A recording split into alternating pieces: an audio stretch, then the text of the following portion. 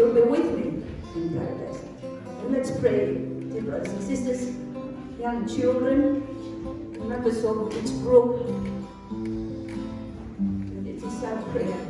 No matter what we go through each day, Satan will always try to tempt us. But Jesus has paid it all for us. And let's trust Him more and give ourselves more to Him.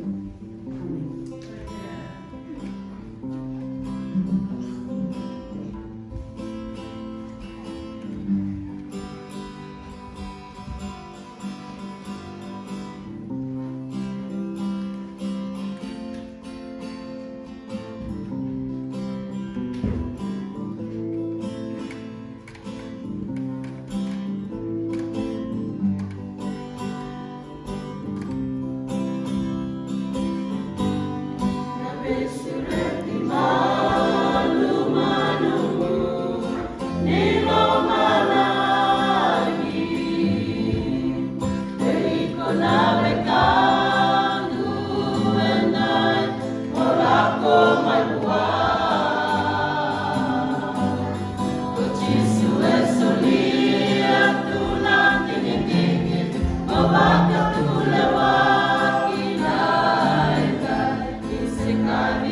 Como